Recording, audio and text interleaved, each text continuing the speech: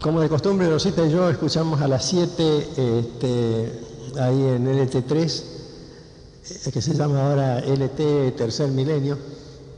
Escuchamos el programa católico y los católicos estuvieron muy bien hoy. Un curita que nunca escuché, recordando que hoy, algo que nosotros también recordamos los evangélicos, es el domingo de Pentecostés. Es el día en que se recuerda el día en que la iglesia fue bautizada, dicen algunos, por el Espíritu Santo. Cuando el Espíritu Santo vino sobre la iglesia para enviarla a trabajar. Y ese recuerdo que nuestros amigos, yo no diría nuestros hermanos católicos, tuvieron, me hizo pensar en la importancia del ministerio del Espíritu en este tiempo de tanta confusión sobre el Espíritu Santo. Los católicos empiezan, bueno, hoy es un día patrio, alguien me regaló una escarapelita, entonces la tengo acá. Empieza la semana de mayo. Ellos empezaron el programa con el himno a la bandera y un saludo especial a la bandera y todo, y después te dijeron, hoy es el día del Espíritu Santo. El pastor Sensini, en esos volantes que distribuye, no sé si ustedes vieron unos volantes amarillos rarísimos que vienen presentados por el pastor Sensini y su esposa con toda la lista de todas las enfermedades que ellos sanan. Y entonces uno tiene un cuadradito para marcar una crucecita, ¿no? Y usted marca todas las enfermedades que tiene, y lleva el papelito a la iglesia, ¿no? Pero no es un papelito, un papel grande así, como la lección de escuela medical, con una lista rarísima de enfermedades. Entonces marque el cuadrito que a usted le corresponda, entonces uno lo marca y lo lleva. Pero lo que me llamó la atención es que el volante dice, después de mencionar al pastor y la señora, dice Rosario, ciudad del Espíritu Santo. Como si fuera la única residencia del Espíritu. Y pensé que esta idea del Espíritu Santo está muy manipulada. Vamos a tratar de recordar entre esta mañana y esta noche algo de lo que la Biblia nos dice acerca del Espíritu Santo. Algunos fundamentos claros, bien sanos, bien doctrinarios. Y si no alcanzamos a terminarlos, porque esta noche también es la Cena del Señor, seguiremos el martes, para dejar bien en claro qué es lo que nosotros pensamos, lo que nosotros creemos acerca del Espíritu Santo. Por supuesto, todos estamos de acuerdo que el Espíritu Santo es Dios, pero vamos a empezar a mirar en la Biblia, empezando por donde hay que empezar, por el Génesis. Capítulo 1, versículo 2, pero leemos el 1 también. Génesis 1 y 2. En el principio creó Dios los cielos y la tierra. Y la tierra estaba desordenada y vacía. Y las tinieblas estaban sobre la faz del abismo. Y el Espíritu de Dios se movía sobre la faz de las aguas. Primera lección. Cuando estamos desordenados, el Espíritu nos pone en orden. Cuando estamos vacíos, el Espíritu nos llena. La tierra estaba desordenada y vacía. Alguien tenía que moverse sobre el desorden y el vacío para que las cosas funcionaran bien. Entonces la tierra estaba desordenada y vacía. ¿Por qué estaba desordenada la tierra si Dios es un Dios de orden? ¿Por qué estaba vacía si su plenitud llena todo? Dice la Biblia que la plenitud de Dios llena todo y que Dios es un Dios de orden. Es una afirmación bien clara.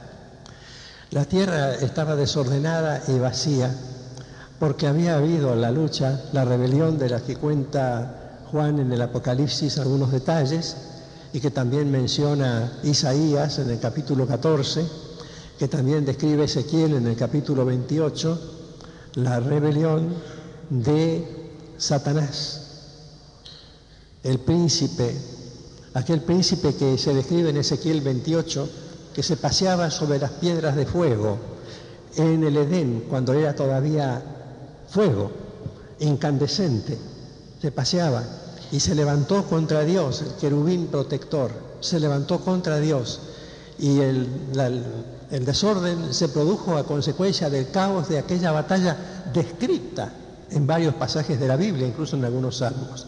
La tierra estaba desordenada y estaba vacía porque la tierra ya no tenía más al virrey. El virrey de Dios en la tierra era el que después fue Lucifer, el diablo. Lucifer había sido puesto por Dios como luz bella, querubín protector, dice la Biblia, Ezequiel 28, querubín protector. Y el querubín protector con sus huestes se había rebelado en contra de Dios y había dejado vacío el lugar. Ese lugar vacío lo íbamos a ocupar nosotros, los seres humanos, porque el hombre fue nombrado para sojuzgar la tierra, para gobernarla.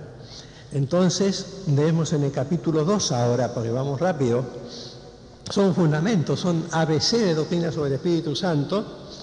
El versículo 7 del capítulo 2, entonces Jehová Dios formó al hombre del polvo de la tierra y sopló en su nariz aliento de vida y fue el hombre un ser viviente. El soplo de Dios siempre está asociado al Espíritu Santo. En este pasaje no lo dice expresamente, lo dice Ezequiel cuando en su visión habla diciendo que el Señor llamaba al Espíritu, diciendo: Espíritu, ven de los cuatro vientos y sopla sobre estos muertos y vivirán. Es decir, el soplo de Dios es el Espíritu, incluso en el griego es pneuma. Pneuma es al mismo tiempo soplo, viento y espíritu. Aquí el Antiguo Testamento está escrito en griego, en hebreo, no en griego, pero está la idea implícita. Dios sopla para producir lo que faltaba. El vacío estaba porque no había un virrey de Dios en la tierra. Entonces Dios pone al hombre, y al hombre le ha dicho lo que leemos en el capítulo 1, un poquito antes, en el versículo 28, cuando dice, el 27 dice que creó Dios al hombre, varón y hembra los creó, y el 28 dice: los bendijo Dios, y les dijo: fructificad y multiplicad, llenad la tierra, pues estaba vacía, llenad la tierra y sojuzgadla, y señoread en los peces del mar, en las aves de los cielos y en todas las bestias que se mueven sobre la tierra, etc. Sojuzgar significa someter, llenar y someter. Llenar la tierra que estaba vacía en cuanto a vida inteligente, porque Satanás había sido expulsado. Y esa expulsión de Satanás, descrita luego de distintas maneras a través del libro de Job, por ejemplo, a través de los pasajes que ya mencionamos, Isaías 14, Ezequiel 28, Apocalipsis 12 y una cantidad de versículos más por la Biblia, la tierra había quedado vacía de los representantes del verdadero poder de Dios. Y el representante del poder de Dios verdadero es ahora el hombre. Y al hombre se le dice que tiene que llenar la tierra y gobernarla, sojuzgarla. Y Dios planta el huerto de Edén porque es consciente del ataque posible del enemigo vencido. Dice el versículo 15 que tomó pues, siempre de Génesis 2, tomó pues Jehová Dios al hombre y lo puso en el huerto de Edén para que lo labrara y lo guardase. Y lo guardase, es decir, lo cuidase. El huerto de Edén da una idea de frontera. Es decir, un jardín, por grande que sea, tiene un límite. Y está descrito el huerto de Edén. Está descrito, está ubicado. En los versículos 11, 12, 13, 14 van describiendo el lugar donde está allí entre el río, en las vecindades del río Éufrates, está el Tigris con otro nombre aquí, va formando un lugar con límites, con fronteras. Dice, Dios pone al hombre allí para que desde allí sojuzgue la tierra. ¿Se acuerdan lo que dijo Chadarerian el domingo pasado?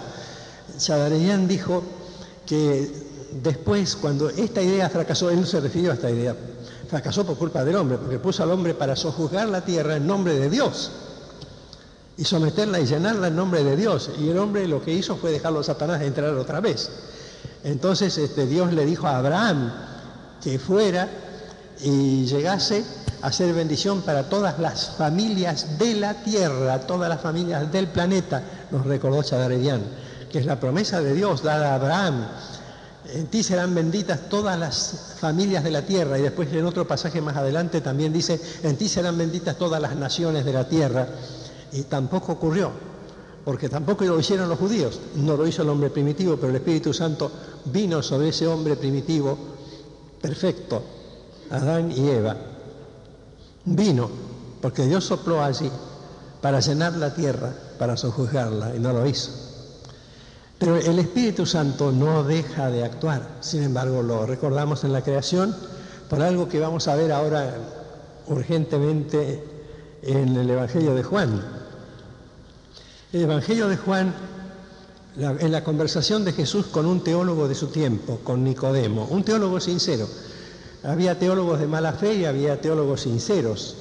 Los sinceros eran Giliel, Gamaliel, Nicodemo. Y entonces, cuando conversan, y Nicodemo le pregunta a Jesús, nadie puede hacer, dice al final del versículo 2, estas señales que tú haces si no está Dios con él. Responde Jesús y le dice, de cierto te digo, que el que no naciere de nuevo no puede ver el reino de Dios. Tácitamente esto quiere decir que, según la descripción de Jesús, el hombre está ciego. Si está ciego, como lo dice el mismo libro de Juan en el capítulo 1, es porque está en tinieblas. Si está en tinieblas es porque está exactamente otra vez en la misma condición en que estaba en Génesis capítulo 1. La tierra estaba desordenada y vacía y las tinieblas estaban sobre la faz del abismo. Si está ciego es porque no puede ver. Hoy recordábamos en Abba ese pasaje que dice que el Dios de este siglo ha cegado la mente de los incrédulos para que no les resplandezca la luz del Evangelio. Está ciego porque está en tinieblas. Si está en tinieblas, está en desorden y está vacío. Es decir, que el mensaje de Génesis se reproduce en Juan capítulo 1, cuando Juan trata de describir teológicamente la situación. Dice que el Verbo era con Dios, dice el versículo 4, en él estaba la vida y la vida era la luz de los hombres, habla de Jesús. Acá, por la calle 25 de diciembre, Juan Manuel de Rosas, hay una escuela católica que tranquilamente adultera este texto, pone la Virgen y escribe, en ella estaba la vida, y la vida era la luz de los hombres. Un tremendo cartel pintado en la puerta de la iglesia, de la escuela.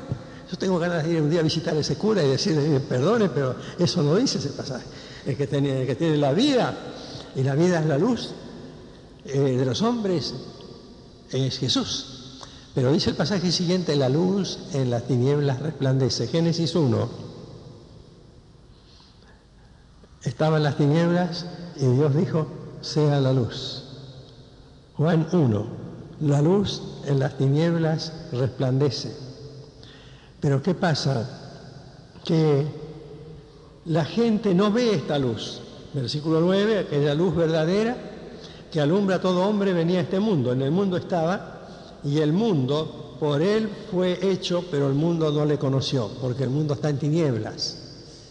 Por eso es que Juan le da tanta importancia a la sanidad del ciego en el capítulo 9, cuando describe todo un problema teológico, todo un debate que hay sobre ese ciego que se sana, y las preguntas que hacen los judíos, particularmente los fariseos, con respecto al poder de Jesús para sanar a un ciego. Pero Juan se ocupa de eso por otra razón, porque para Juan la gente no puede ver el reino de Dios porque está ciega, y la única cosa que puede darle la luz es el Espíritu Santo moviéndose sobre lo desordenado, lo vacío y las tinieblas que hay en el corazón. Por eso toma el diálogo con Nicodemo Y le dice Jesús a Nicodemo, versículo 5 del capítulo 3 de Juan, respondió Jesús, de cierto te digo que el que no nace del agua y del Espíritu no puede entrar en el reino de Dios. Lo que es nacido de la carne, carne es, y lo que es nacido del Espíritu, Espíritu es. Pero Jesús entra paulatinamente en el tema. Primero le dice, no puede ver el reino de Dios. El que no nace de nuevo no puede ver el reino de Dios. Jesús quería llamar la atención sobre la obra del Espíritu apelando a la curiosidad de Nicodemo. El que no nace de nuevo no puede ver. No puede ver. Me gustó la oración de Daniel Guida hace un rato cuando dijo, me llegó al corazón esa expresión, Señor, tú eres un Dios de prodigios y milagros. Porque uno puede ver el terreno vedado a la gente que no cree. La gente que no piensa que una cosa es posible. Me gusta la carta de Doña Margarita, porque la carta de Doña Margarita habla de esos temores que teníamos todos hace unos días. Temor por Norma de Bustos, que fue una falsa alarma. Temor por David Bustos, que fue otra falsa alarma. Temor por Emilio Rodríguez, que está mejor. Temor por Doña Margarita, porque creíamos que se iba a morir allí. Temor por otros para los cuales aparentemente no teníamos esperanza. Temor por Marcelo Perino, que tenía que someterse a esas dos operaciones, primero extirpar un riñón, después hacerle el trasplante. Y un poco de temor en todos nosotros. ¿Qué va a pasar? ¿Cómo vamos a manejar esta crisis? ¿Qué vamos a hacer? Y por ahí uno ve a través de las tinieblas, porque las tinieblas se presentan siempre en relación con las pruebas, las tribulaciones, ve el reino de Dios. Dios reina, le dice Jesús, pero para verlo tenés que nacer de nuevo. Para nacer de nuevo te tiene que tocar el Espíritu. Tiene que entrar el Espíritu sobre lo que está desordenado, sobre lo que está vacío, sobre lo que está oscuro y en tinieblas. Tiene que venir, el Espíritu entra, sí.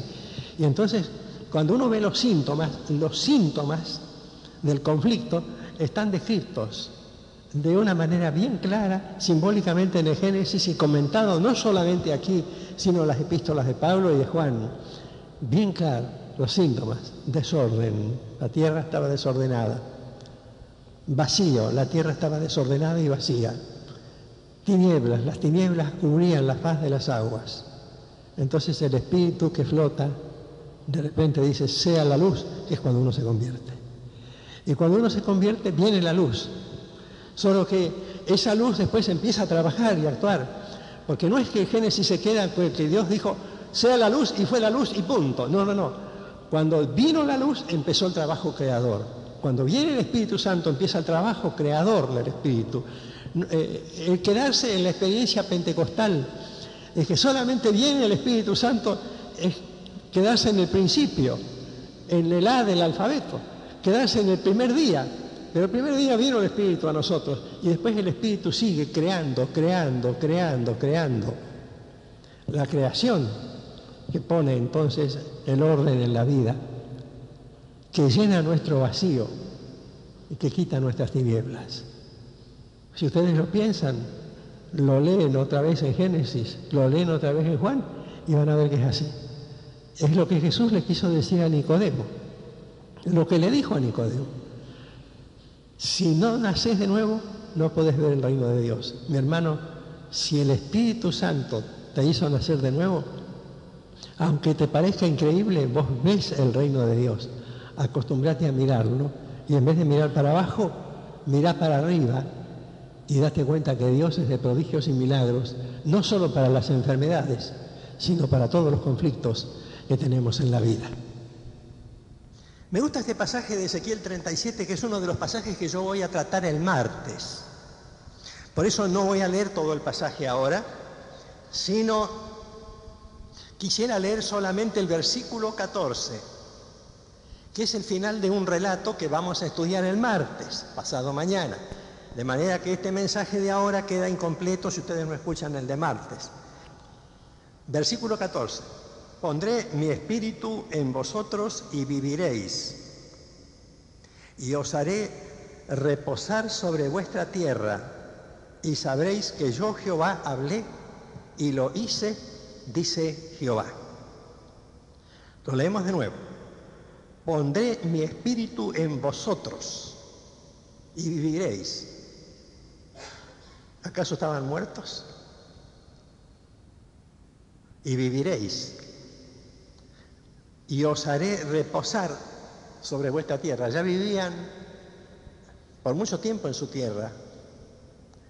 Y cuando Ezequiel profetizaba, habían dejado su tierra, habían sido llevados cautivos. Os haré reposar sobre vuestra tierra, volveréis a la tierra de promesa. Y sabréis que yo, Jehová, hablé y lo hice, dice Jehová. 3 cosas. Esta mañana las mencionamos, pero no las desarrollamos. La primera cosa, estar desordenado. Desordenado. Ustedes saben que el Espíritu Santo siempre produce sorpresas. El otro día, como buen jubilado, me fui con mi esposa al sindicato al que yo pertenezco para ponerme la vacuna contra la gripe, que se recomienda a todas las personas de nuestra avanzada edad. Y entonces fuimos allí con Rosita, mi esposa, y nos preguntan quiénes somos, porque el gremio tiene muchísimos afiliados. Por ahí 2 muchachos de mi edad, más o menos, o más grandes que yo todavía, me reconocieron. Vos sos libre, por esto y por esto me reconocieron. Y por ahí le preguntan a Rosita los datos. Y entonces una señora que tomaba nota, una señora jubilada, porque eran todos jubilados ahí, los que daban esos certificados también, empieza a hablar con Rosita y dice, ¿vos cómo te llamás? Fulana de tal, Rosa, ¿qué apellido de soltera? Palacio. Y entonces Rosita dice, ustedes, salió la conversación de que yo era pastor y que nuestra iglesia quedaba acá en la calle de José Ingenieros, y Rosita dice, porque yo me crié ahí, en la calle de José Ingenieros y en la avenida Génova, en la misma manzana de la iglesia. Yo vivía frente mismo de la iglesia, y es cierto, porque ahí la conocí yo, ¿no? Y nací en el fondo del terreno de la iglesia, sobre la avenida Génova. Entonces la señora esta, una señora también de nuestra edad, se para y le dice, el Espíritu Santo me ha revelado, dice una cosa, y solamente el Espíritu Santo me ha parecido, vos sos mi compañera de grado de 1º a 4º grado. Vos fuiste a la escuela junto conmigo. Y era cierto, era verdad. Se emocionaron ahí, yo que quería vacunarme. Abrazándose ahí, ¿qué tal? ¿Cómo te va? ¿Qué, sí, tanto tiempo? ¿Te acordás de la maestra? ¿Te acordás de fulana mañana? Yo no tenía ningún compañerito, pero ustedes fíjense, ¿cuántos años se reconocieron? No por el rostro, porque claro, desde que tenían 9 años, cuando estaban en cuarto, hasta ahora han pasado, no voy a decir cuántos años, pero han pasado.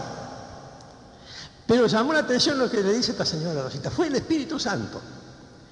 Y yo pensé, esta señora no es evangélica, ojalá que venga, pues la invitamos a venir a las reuniones, a ella y a los muchachos también, ancianos ahí.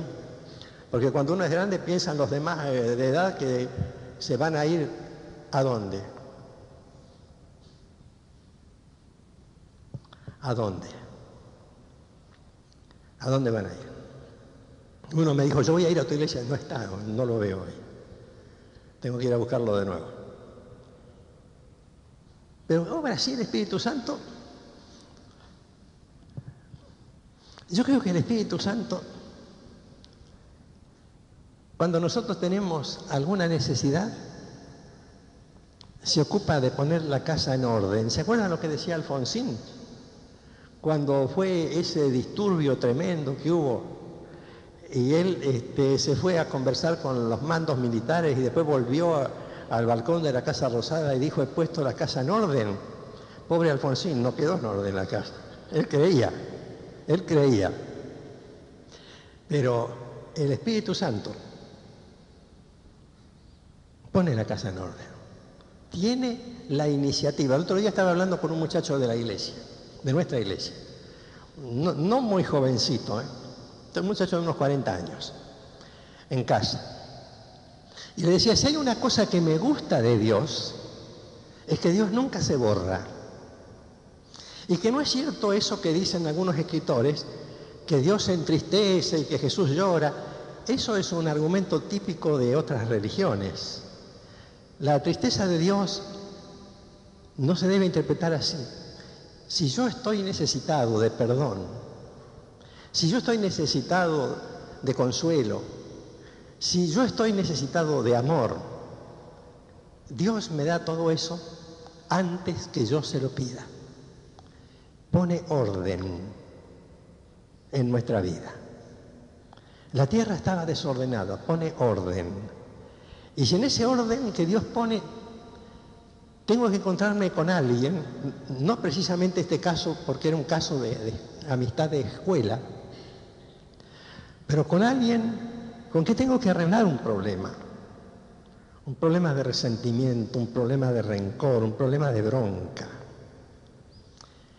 Ese espíritu que pone orden nos molesta hasta que nos ordenemos, hasta que saquemos el caos que hay en nuestra vida. Ese caos que produce enemistades, malas intenciones, que produce envidias, que produce problemas en la relación. Era tan lindo ver a mi señora con la otra señora ahí abrazándose en el sindicato. Era para filmar un episodio, un video para un noticiero de esos sentimentales que dan en televisión. Pero sería tan lindo que viéramos eso en el pueblo de Dios. Esta mañana el cura que yo escucho siempre a las 7 por radio, decía, recomiendo y exhorto a las comunidades parroquiales que no nos peleemos entre nosotros. Yo digo, los también se pelean. Y lo dicen por radio, ¿no? Y que nos unamos, y estaba bien. En este día de Pentecostés, que el Espíritu Santo se aprenda de unidad. Y yo dije amén, ¿no? Porque realmente, cuánta necesidad hay de unidad en el pueblo de Dios.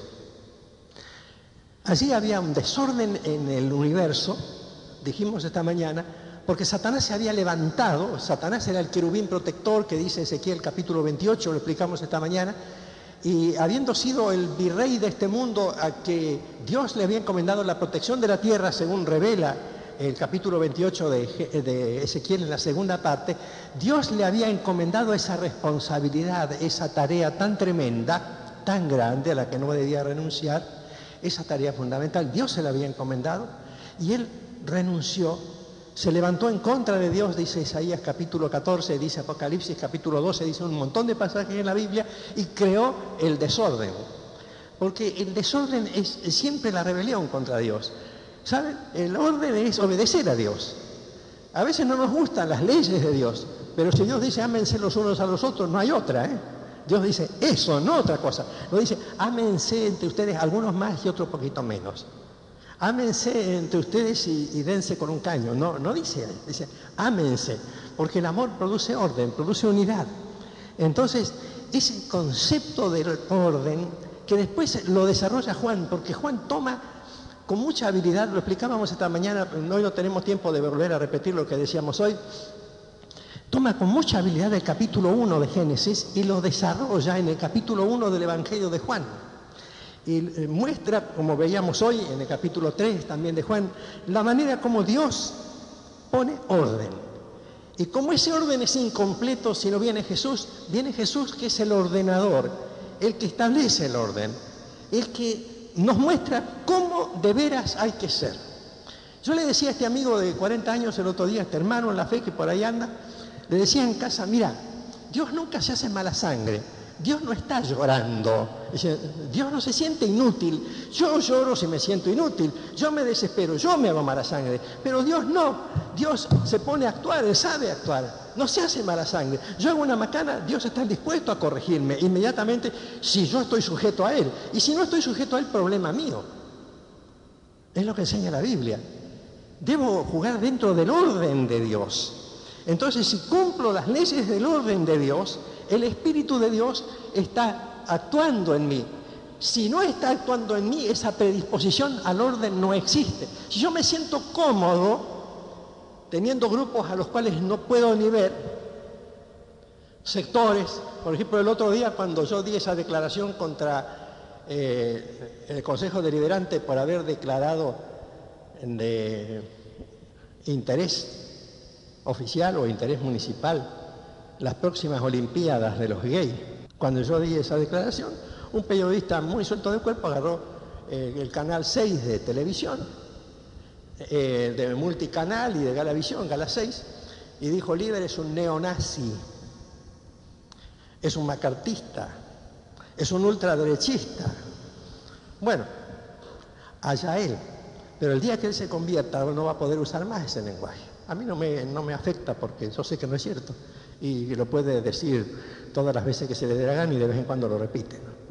Me llama el cura Samuel, tranquilamente, en sus comentarios de la televisión. Yo lo que pasa es que soy casado y no puedo ser cura. Pero, bueno, él habla así. ¿Pero por qué habla así? Me tiene bronca. ¿Y por qué me tiene bronca? Porque no es de Cristo. Si él entregara su vida a Cristo, Cristo le lavaría la bronca. Y si dejara que el Espíritu Santo actuara en él, se llenaría de amor por la gente.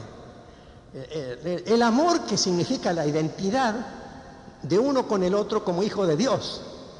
Cuando uno está en orden así, no estafa al prójimo, no engaña al prójimo, no engaña a los demás, no simula lo que no es espiritualmente o como fuera, sino que realmente es íntegro.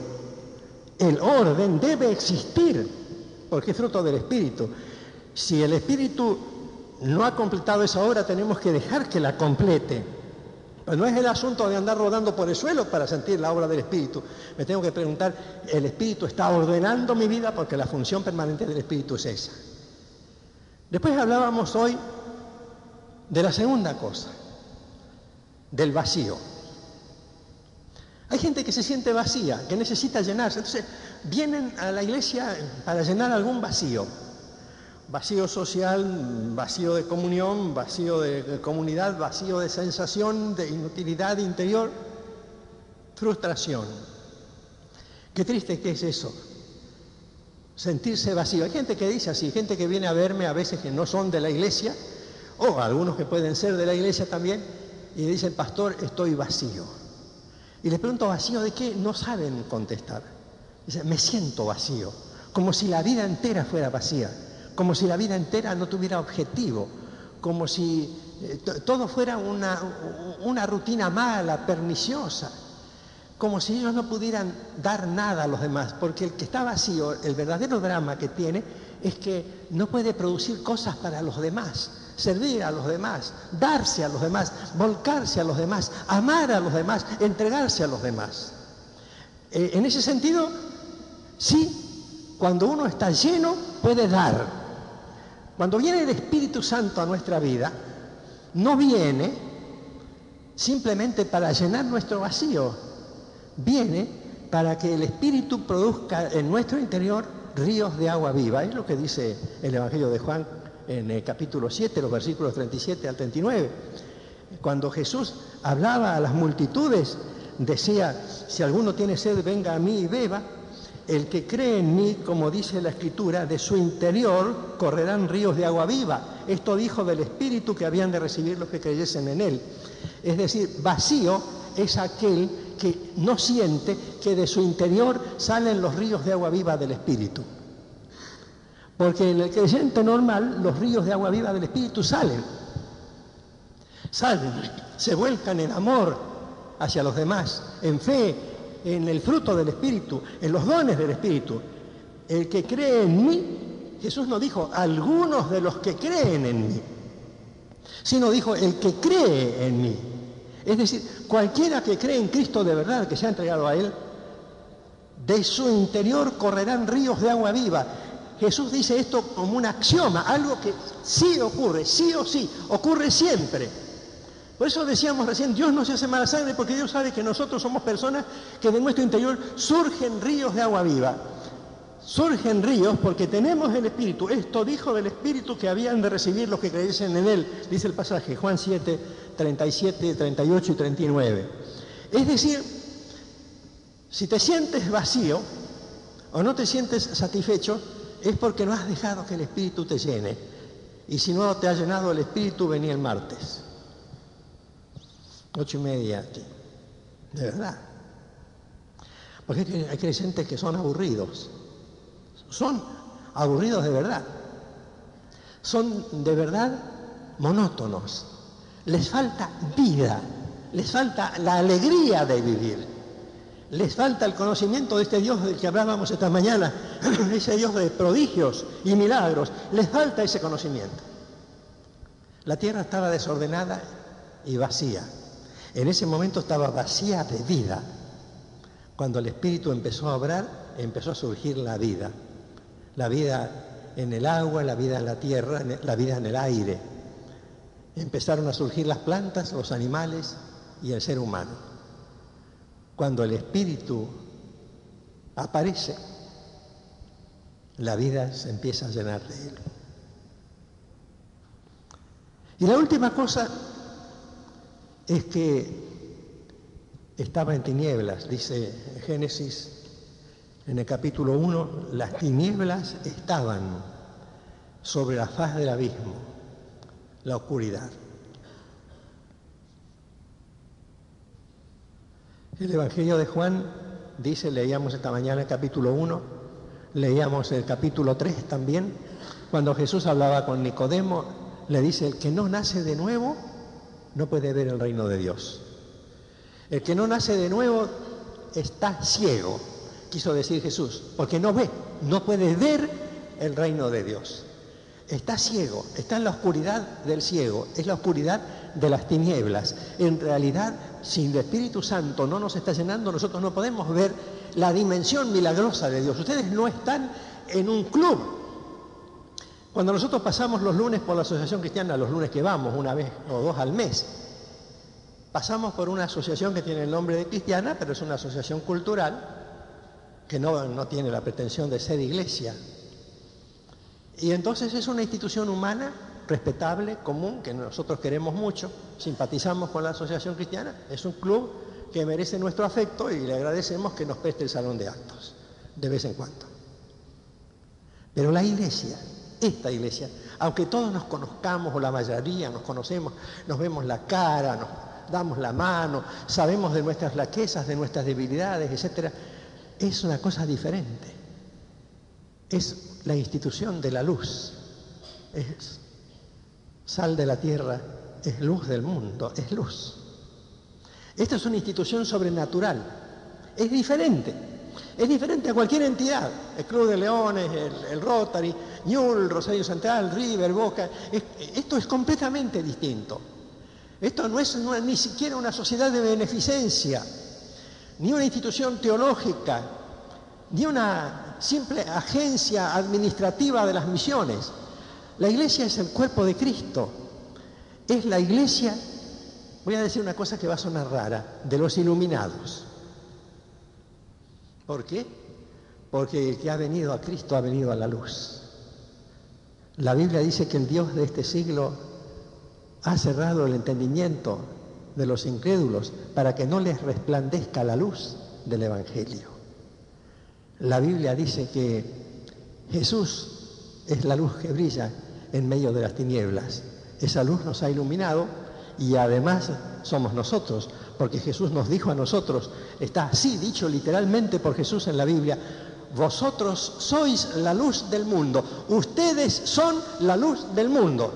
Es decir, aunque sea un tipo con muchos defectos como los que yo tengo, como los que todos tenemos, yo puedo caminar por la peatonal, puedo confundirme con la demás gente, puedo ser un tipo más de los tantos que caminan, pero soy luz del mundo, soy diferente, soy hijo de Dios. Las tinieblas no están en mí. Dios nos ha sacado, dice la Biblia, de las tinieblas y nos ha traído al reino, el reino de la potestad de su amado Hijo. Dios nos sacó de las tinieblas, nos sacó de la oscuridad, nos sacó de la miseria de este mundo y nos hizo hijos de luz. Entonces se ha llenado el cuadro de nuestro conflicto interior, ha desaparecido nuestro desorden, nuestro vacío y nuestra oscuridad, porque el Espíritu de Dios hace eso y empieza a hacerlo en el momento de la conversión, decíamos esta mañana, y lo sigue haciendo siempre, continuamente, porque Dios ha dicho, y se lo dijo al pueblo de Israel 600 y pico años antes de Cristo. Yo pondré mi espíritu en vosotros y viviréis. Es decir, hay una vida diferente, nueva, que Él pone en nosotros. Esa vida está a pesar de nosotros muchas veces. Y para irnos acercando a la mesa del Señor, vuelvo a repetir el concepto de recién. Dios no se hace mala sangre con sus hijos, Dios sigue trabajando en ellos. El que empezó la obra, aquel que empezó la obra la va a perfeccionar, dice la Biblia. Lo tiene que hacer, sí o sí. Si en alguno no se perfecciona, hay que preguntarse si la empezó. Cuando Dios empieza, no dice, bueno, voy a hacer la creación. El segundo día para. No, bueno, está bien, dejo acá las cosas. Después del tercer día dice, voy a tomar un recreo de unos 10 o 15 millones de años, como dice la teoría de la evolución, y después sigo. No, no, no. Dios empieza y sigue. Si Dios empieza en tu vida, está trabajando ahora. Si lo dejas trabajar, como vamos a ver el martes, lo va a hacer más rápido, lo va a hacer mejor. Pero Dios no abandona. Él nunca abandona lo que Él empieza. El que empezó en nosotros la buena obra, la perfeccionará. Dice la Biblia, lo cantamos en un corito. Hay que ver si creemos eso. Entonces yo a veces veo por ahí algún hermano que anda medio flojo y bueno, me da mucha tristeza. También me da mi tristeza a mí, mi propia flojedad algunas veces. Y pienso, pero el jefe que está allá arriba, Dios, nunca abandona su trabajo. Nunca deja de hacerlo. Mi Padre hasta ahora obra y yo obro, dijo Jesús. Él sigue. Él sigue. Entonces uno ve este grupo que somos nosotros mismos, salvo que haya alguno que no haya aceptado a Cristo todavía en su corazón. Este grupo está formado por personas en las que Dios está trabajando. Empezó el día que recibimos a Cristo y Dios sigue trabajando. Puede ser que vos tengas 18 años, 20, 21, que seas una chica, un muchacho que tal vez no sientas nada en tu corazón ahora, pero si Dios empezó, Dios sigue, continuamente sigue, porque dice, yo pondré mi espíritu en vosotros. Y cuando el espíritu entra, quita el desorden, quita el vacío, quita la oscuridad y sigue hasta el día de nuestra muerte, y no sabemos lo que va a pasar de maravilloso en el más allá, donde estaremos en la plenitud del Espíritu delante de nuestro Dios. Y ahora vamos a acercarnos a la mesa de comunión. Aquí somos todos hermanos. Hermanos en Cristo porque es el mismo Espíritu Santo. La misma sangre de Cristo nos limpió a todos. Y si en este momento es necesario, cada uno de nosotros haga en su corazón un voto de unidad en este día de Pentecostés, un voto de reconciliación, una promesa de estar bien con los demás hermanos, de no negar el saludo a nadie, de no dar espaldas a nadie, de no volverle la cara a nadie, porque estamos frente a la mesa de comunión, la mesa que representa el perdón, la reconciliación, la mesa que representa el orden, la plenitud y la luz, la mesa que es lo opuesto al desorden, al vacío y a las tinieblas. Cada uno se examina a sí mismo y come así de ese pan y bebe de aquella copa. Ezequiel capítulo 37.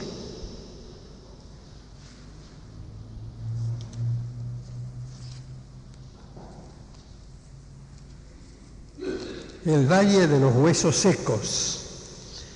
Son los 14 primeros versículos. La mano de Jehová vino sobre mí y me llevó en el espíritu de Jehová y me puso en medio de un valle que estaba lleno de huesos y me hizo pasar cerca de ellos por todo en derredor. Y he aquí que eran muchísimos sobre la faz del campo, y por cierto secos en gran manera. Y me dijo: Hijo de hombre, ¿vivirán estos huesos? Y dije: Señor Jehová, tú lo sabes. Me dijo entonces: profetiza sobre estos huesos y diles: huesos secos, oíd palabra de Jehová. Así ha dicho Jehová el Señor a estos huesos: he aquí yo hago entrar espíritu en vosotros y viviréis. Y pondré tendones sobre vosotros, y haré subir sobre vosotros carne, y os cubriré de piel, y pondré en vosotros espíritu, y viviréis, y sabréis que yo soy Jehová.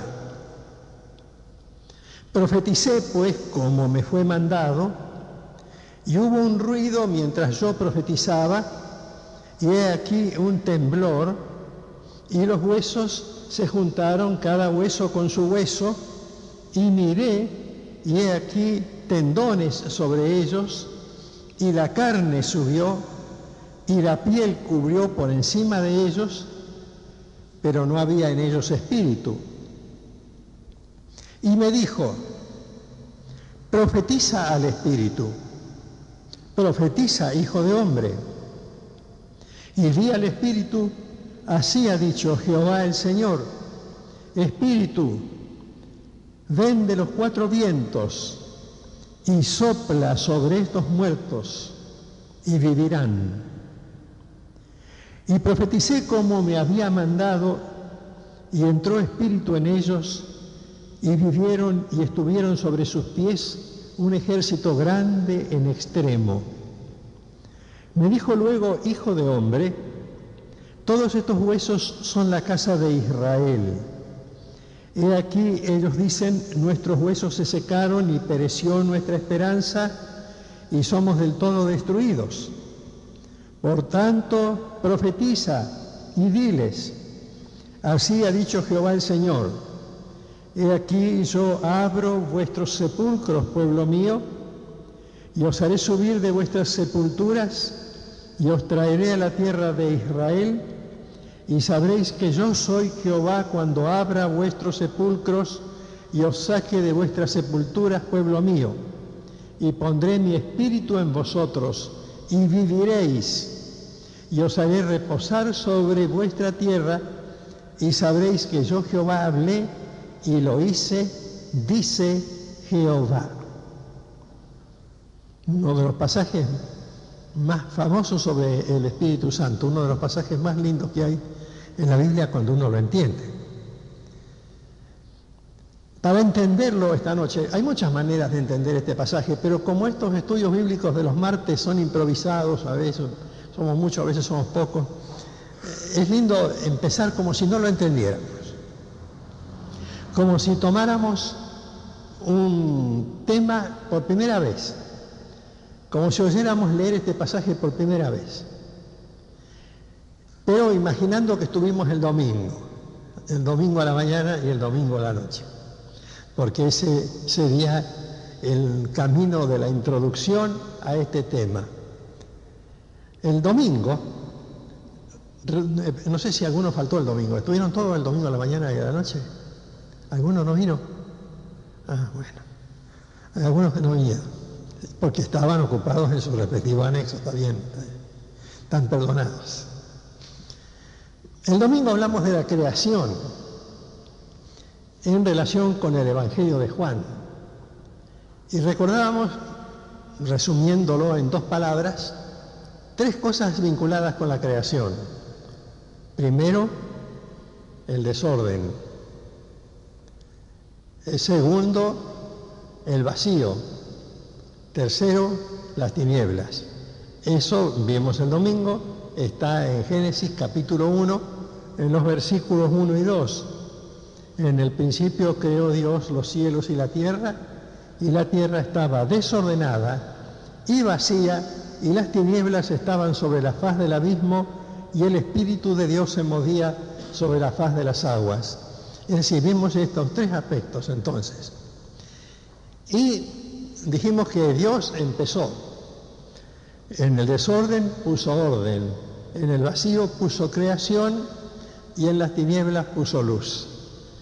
Y que se ocupó Juan de interpretarlo, como lo vimos largamente, yo no lo puedo repetir ahora, en el capítulo 1 y después en el capítulo 3, en la conversación de Jesús con Nicodemo, explicando Juan, aunque sin hacer referencia específica al Génesis, pero usando casi el lenguaje y la estructura teológica y filosófica del primer capítulo de Génesis y del segundo también, explicando Juan que lo mismo ocurre con nosotros los seres humanos. Tenemos, antes de aceptar a Cristo o de crecer en Cristo, tenemos desorden, vacío y oscuridad. Aquí Ezequiel hace una versión del mismo problema. Ezequiel va a desarrollar los 3 pasos de otra manera. Va a hacerlo de una manera muy sencilla. Hay que tener en cuenta que los maestros de aquella época, los rabinos, que leían o escuchaban las profecías de Ezequiel, eran personas familiarizadas con el Antiguo Testamento. Para comprender mejor lo que voy a decir, como ustedes saben, lo hemos dicho muchas veces, en aquellos días no había Biblias, había rollos. Estaba todo escrito con rollo, con una letra grande así. Y entonces ustedes querían tener el libro de Génesis, nomás tenían que llevar una carretilla. Si querían llevar el Pentateuco, tenían que llevar 2 o 3 carretillas porque eran tremendos los rollos. Nadie iba con el rollo bajo el brazo, como nosotros venimos con la Biblia en la mano. Sirve, porque a veces uno va con la Biblia, el otro día yo iba con la Biblia así, y me paró alguien, un señor, y me dice, ¿usted pastor? Dice, ¿por qué? Le digo, porque lleva Biblia. Bueno, podía ser testigo de Jehová, en fin. Pero antes no había esa posibilidad. Uno iba, en la época de Jesús, iba a la sinagoga. Y en la época de Ezequiel no había sinagogas, todavía, porque las sinagogas surgieron después de la invasión de los griegos en Palestina, recién después había sinagogas. Así que los que escuchaban sabían de oído las cosas.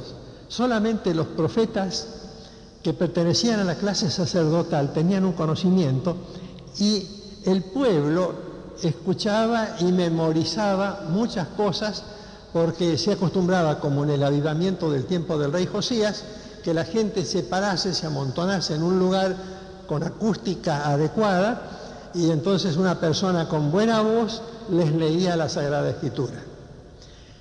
Esto obligaba a que solamente un grupo selecto tuviera un conocimiento profundo de la Escritura. El pueblo de Israel en el Antiguo Testamento no dominaba así las Escrituras como nosotros lo dominamos.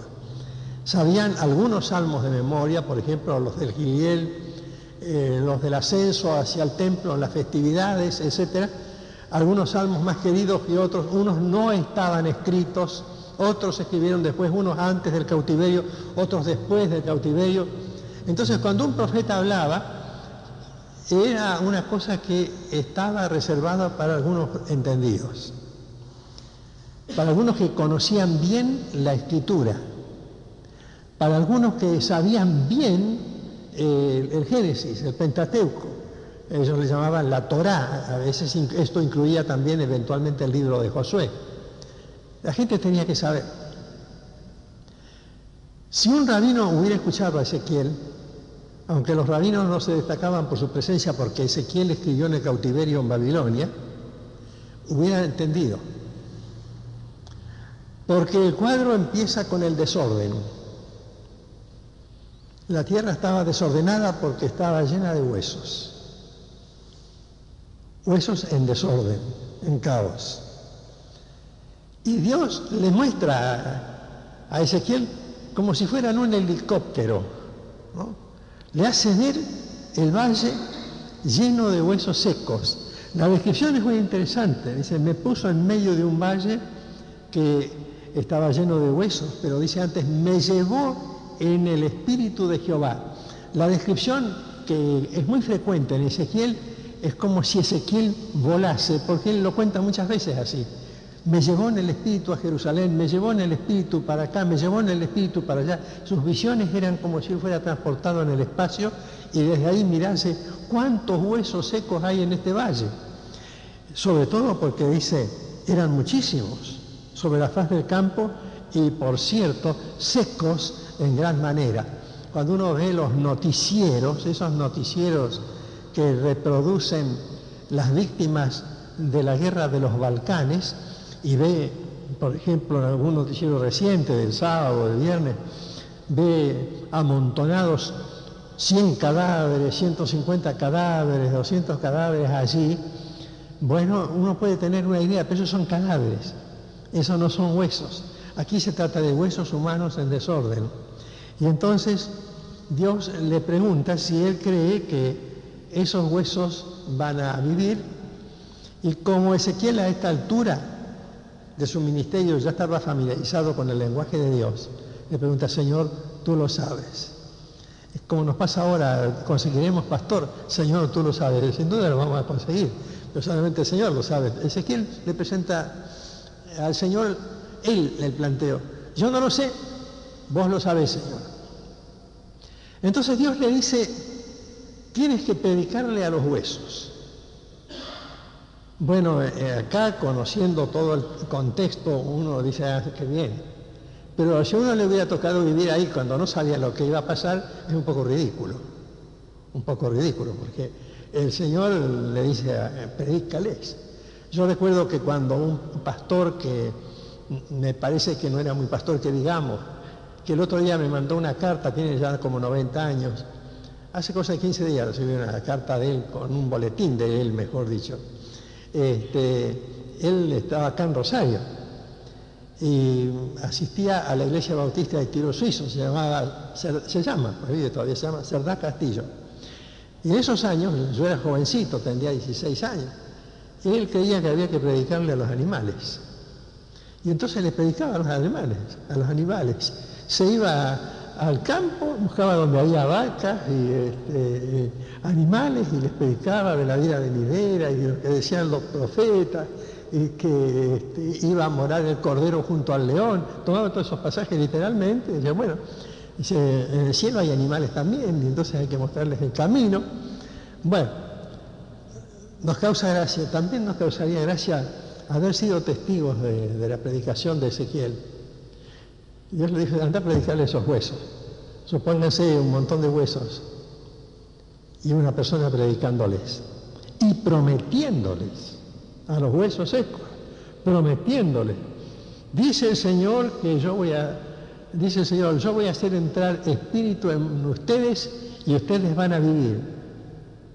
Y pondré tendones sobre ustedes, haré subir sobre vosotros carne y os cubriré de piel y pondré en vosotros espíritu y viviréis y sabréis que yo soy Dios. Pero no pasaba nada, simplemente era lo que Dios decía que iba a hacer. En realidad, para profetizar eso, había que creerle al Señor. Y después, aparte de creerle, había que tener un poco de coraje para pararse en un país extraño como era Babilonia, donde Ezequiel era un cautivo más, un prisionero más, donde sin duda en ese valle podía pasar cualquier persona que lo viese, predicarle un mensaje prometiéndole cosas.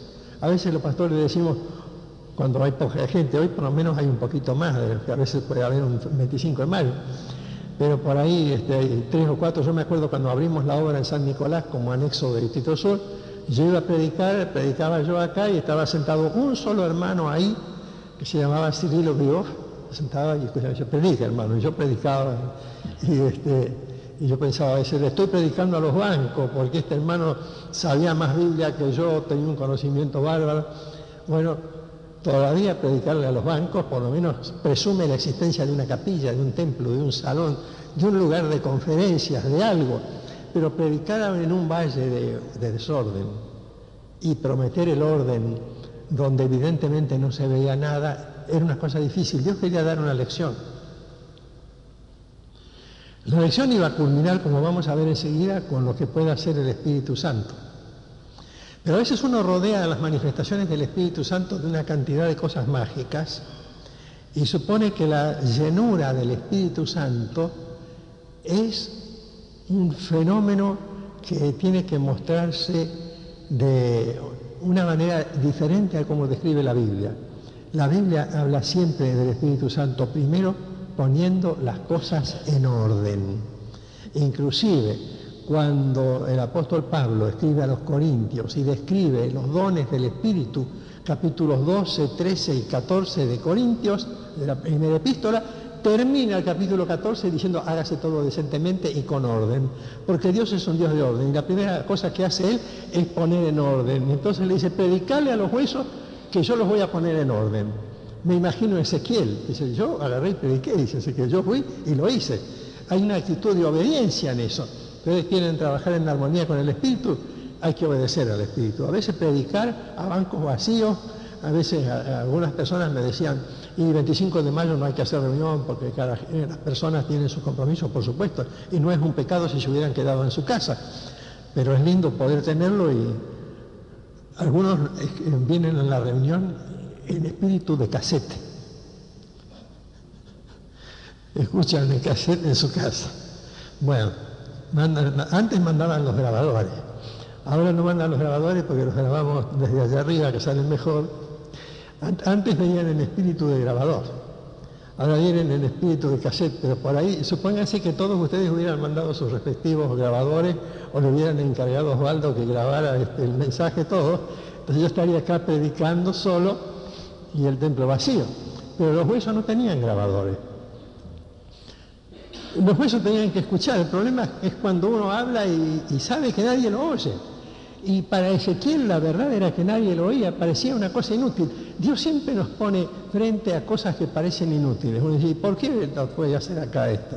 Yo me acuerdo cuando el distinguido misionero William Carey, que tuvo que ir a la India a predicar, porque él sintió el llamamiento para predicar en la India, hace 2 siglos. Y entonces fue allá. Cuando les dijo a la iglesia que él iba a predicar en la India, los de la iglesia lo querían matar. Finalmente un grupo de hermanos decidió apoyarlo. En aquella época que para ir a la India había que ir en barco, viajar casi como Cristóbal Colón y llegar allá para predicar el Evangelio. Llegó, lo sostenían, en 7 años no se le convirtió a nadie. En 7 años. Podría haber pensado que su trabajo era un fracaso. Cuando se convirtió el primero, irse por centenares. Pero tuvo que esperar 7 años de insistencia, de perseverancia, de darle con el mensaje, y a veces es así. Y yo creo que Ezequiel estaba hecho de esa clase de hombre, de esa clase de materia, porque ya desde el principio Dios le dijo, mira, te mando a predicar a un lugar donde nadie te va a querer escuchar. Y aunque te escuchen o no te escuchen, te crean o no te crean, vos tenés que predicar. Esa fue la orden que Dios le dio a Ezequiel. Pero Ezequiel fue y lo hizo, dice, y profeticé como me fue mandado. Y entonces, cuando él profetizó, cuando él obedeció, empezaron a pasar cosas. Empezó a ponerse en orden. Empezó a ordenarse todo. Hubo un ruido mientras yo profetizaba y aquí un temblor y los huesos se juntaron, cada hueso con su hueso. Es decir, se formaron esqueletos. Pero el esqueleto da una sensación de vacío. Anoche, Rosita y yo, que somos muy católicos, escuchamos a un sacerdote católico carismático de Chile, en televisión. Más o menos el mensaje duró casi 1 hora. Un mensaje precioso sobre la cruz de Cristo. Como predican, ese cura era un cura convertido porque aplicó la salvación igual que nosotros y todo, pero tenía un defecto. Tenía en la mano una cruz con el esqueleto de Jesús. Parecía San la Muerte, ¿no? Que tienen acá en el norte argentino. Entonces cada tanto lo levantaba y ahí me distraía. Pero pensé, los huesos que representan el vacío. Estaba vacío. Lo primero que ves es que, bueno, Dios puso orden. Juntó los huesos con sus huesos, hizo un montón de esqueletos. ¿Y qué hacemos con los esqueletos? Eran los esqueletos, el vacío. La tierra estaba desordenada y vacía. Entonces cuando Ezequiel se queda mirando eso, empieza a ver la llenura. Versículo 8. Y miré, y aquí tendones sobre ellos y la carne subió. Y la piel cubrió por encima de ellos, pero no había en ellos espíritu, pero se llenó. Ezequiel podía haber abandonado en el primer momento. Y esto es lo que va a hacer el Señor. El otro día escuché un programa que voy a traer un día a ABBA, lo voy a grabar. Es un programa que se transmite por televisión desde Costa Rica, bien tarde, como a la 1 de la mañana, por ahí. Viene desde Costa Rica en un canal que yo tengo en mi casa, vía satélite. Entonces hacen rifa. Es lindo porque dice, si usted nos escribe, es un programa evangélico, entre comillas, ¿no? Vamos a sortear entre los que nos escriban un viaje con todo pago de acá a Costa Rica para estar en la gran maratón del Evangelio. La gran maratón es que van a predicar el Evangelio sin parar durante 24 horas por día, todos los días, por televisión, todo el tiempo, hasta ver si baten su propio récord. Entonces, piden que desde cualquier parte les escriban y entre todas las cartas que reciban van a sortear 2 premios que consisten en viajar a Costa Rica y sentarse durante el tiempo de la maratón y ver la maratón, ¿no? La maratón de predicación, que la van a transmitir en vivo y en directo por televisión en el mes de agosto. Les informo por si tienen interés. Tienen que escuchar 24 horas por día. Bueno, es una mezcla de desorden y vacío mezclado con entusiasmo a toda prueba. Las cosas que se hacían en ese programa eran verdaderamente increíbles. Era un baile al estilo de los shows que se hacen comúnmente en televisión, con una serie de gestos, de ademanes, de actitudes que no se ven en los shows de televisión, que querían representar lo sagrado, que no es sagrado, en ese tipo de programa tan extravagante, incluyendo la manera de actuar de los predicadores. Ese programa que una vez yo vi 18 personas predicando todas al mismo tiempo, paradas en la misma plataforma y hablando todas a la gente, todas simultáneamente, no por turno, sino 18 hablando a los gritos todos desde adelante para que la gente se convirtiera, y la gente saltando y gritando y nadie escuchando nada, y transmitiéndolo por televisión. Y yo los respeto, no sé si son hermanos en la fe o no, ellos se presentan como hermanos en la fe, se presentan como pueblo de Dios, pueblo evangélico, etc. Y pensaba, a veces puede haber un gran entusiasmo, a veces puede haber un cierto orden en el entusiasmo, incluso puede haber una aparente llenura, porque hay un animador que está en el programa, que viene y se acerca a la cámara y con una sonrisa de oreja a oreja dice, estamos llenos, acá está el orden de Jehová. Y entonces dice, porque algunos dicen que estamos desordenados, pero no estamos desordenados, ¿verdad, hermano? El ejército de los cadáveres que ve Ezequiel. Había orden, había llenura. Más o menos como en los cementerios. En los cementerios hay un orden bárbaro. Uno pregunta por el muerto fulano, en tal lugar, uno lo puede encontrar fácilmente, lo localiza enseguida. Y lleno está, generalmente. Hay orden y hay llenura, y crecen los cementerios. Hay que ver cómo crecen. Es una cosa. Yo tuve que ir a un médico porque estoy con un pequeño problema de salud, y entonces fui a ver un médico ayer que me mandaron del Sanatorio Parque, donde tienen un desorden bárbaro. Me dieron un papelito, me mandaron al consultorio en la calle Santa Fe. En la calle Santa Fe me dijeron, no, tiene que volverse al parque en Boulevard Oroño. Cuando me estaba por volver, dice, no, tiene que irse al fondo del cementerio de El Salvador, en Godoy y Francia. Y fui ahí, el desorden y al fondo del cementerio, y vi, hacía mucho que no pasaba por ahí. Qué grande que es este cementerio, cómo crece. Ustedes saben que el crecimiento no es una señal de vida, el crecimiento también es una señal de muerte. Y uno puede crecer, Y yo quiero que nosotros crezcamos, y siempre somos una iglesia que crece, pero no es esa la única señal. Allí se cambió todo, primero por montones de esqueletos y después por montones de cadáveres, pero faltaba el Espíritu Santo. Había crecimiento. No hay nada más admirable y al mismo tiempo más trágico que el crecimiento de los cementerios. Los cementerios crecen. Entonces Dios lo deja a Ezequiel que tenga esa experiencia, que vea en realidad una profecía. Ustedes saben por qué tenía que profetizar eso Ezequiel si Dios lo iba a hacer sin que él profetizara. Dios lo iba a hacer igual. Hijo de hombre, no hijo del hombre, que es un título de Jesús, sino hijo de hombre.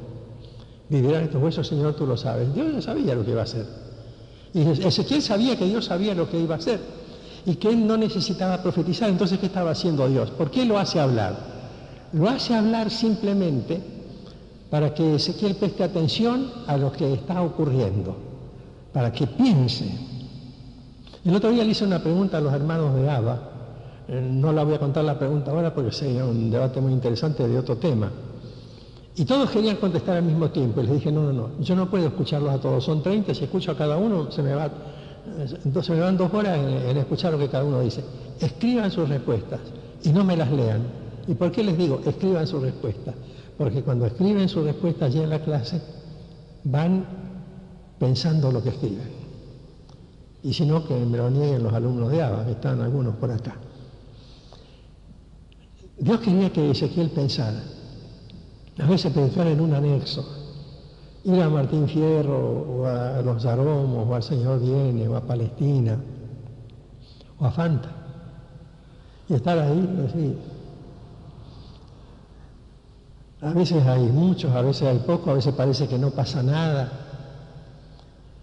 Y yo pienso en Ezequiel predicándole a los huesos, después mirando los esqueletos, después mirando los cadáveres.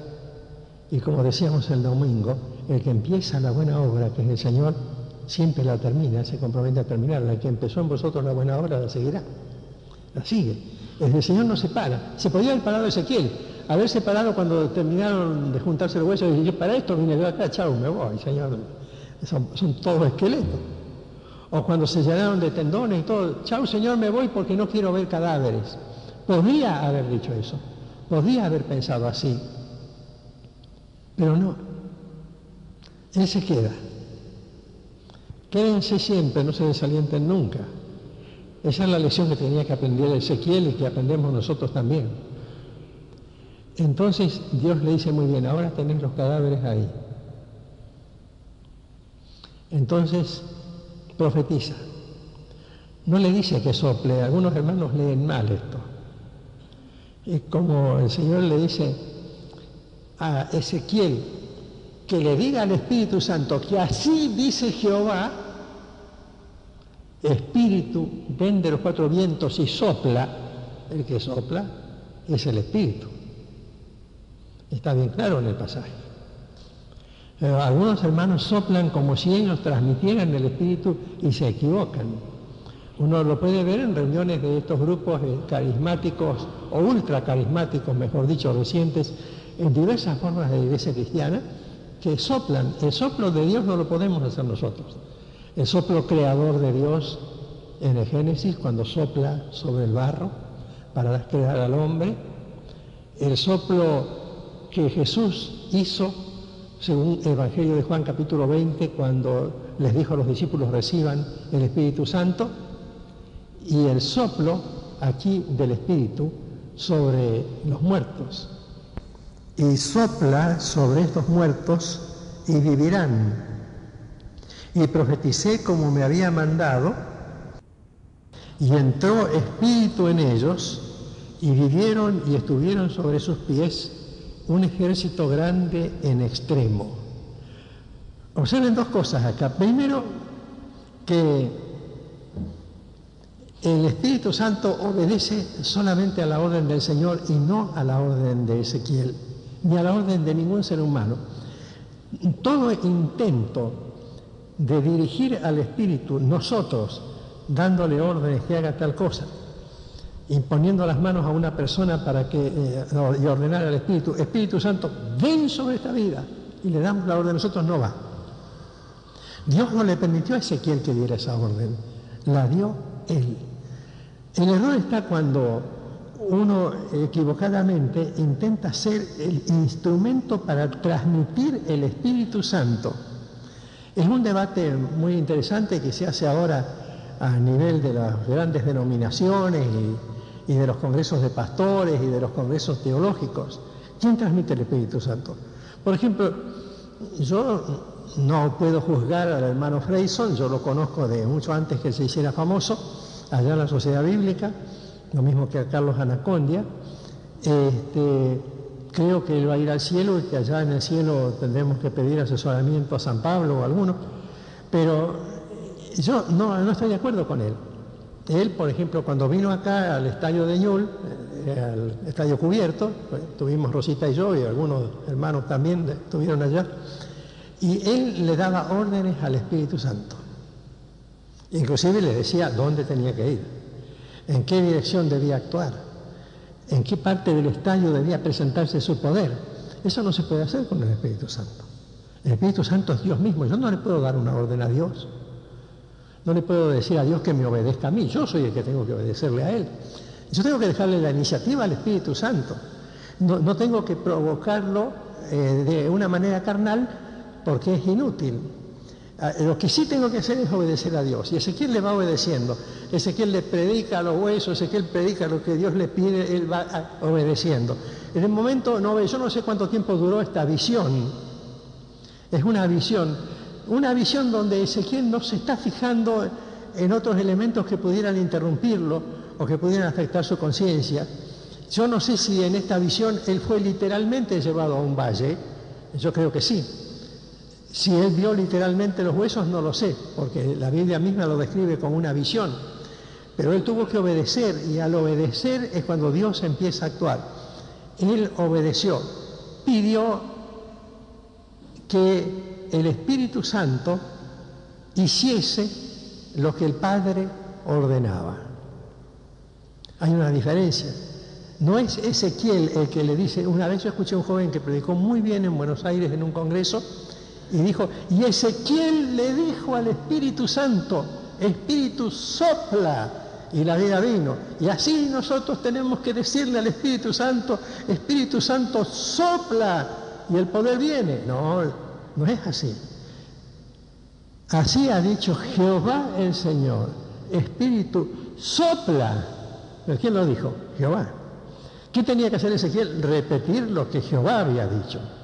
Es una diferencia muy sutil, pero Ezequiel lo hizo en obediencia a Dios, a Jehová.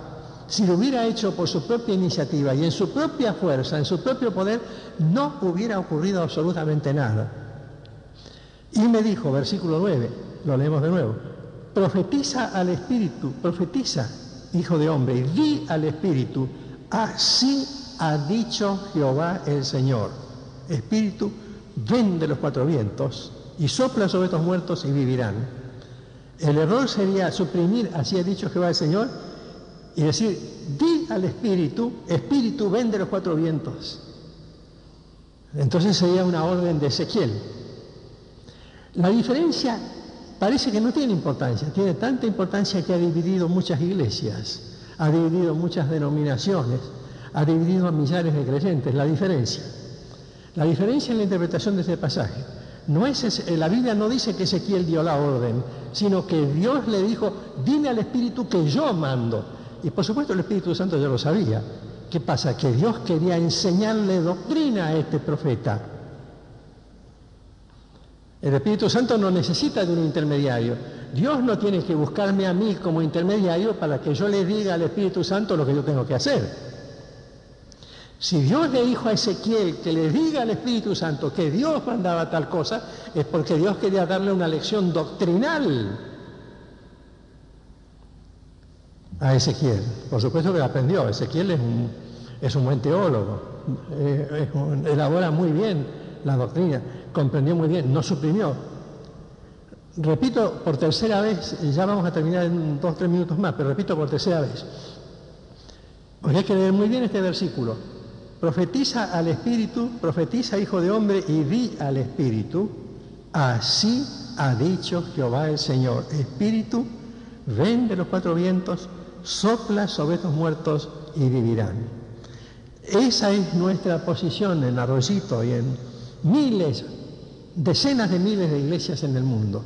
La otra posición es leerlo así. Profetiza al Espíritu, profetiza, hijo del hombre, y di al Espíritu. Espíritu, ven de los 4 vientos y sopla sobre estos muertos y vivirán. Sáquenle la línea, cambiaron la doctrina.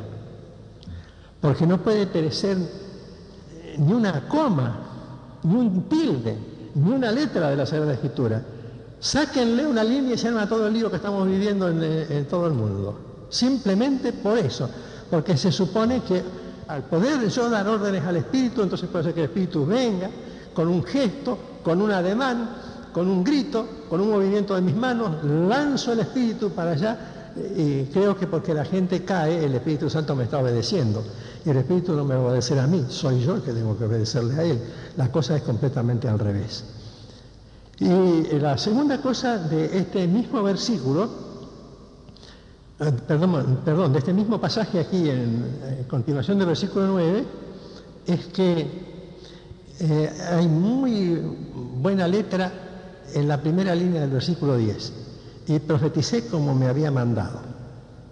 Es decir, Ezequiel reconoce, yo hice eso obedeciendo órdenes, no por mi propia iniciativa.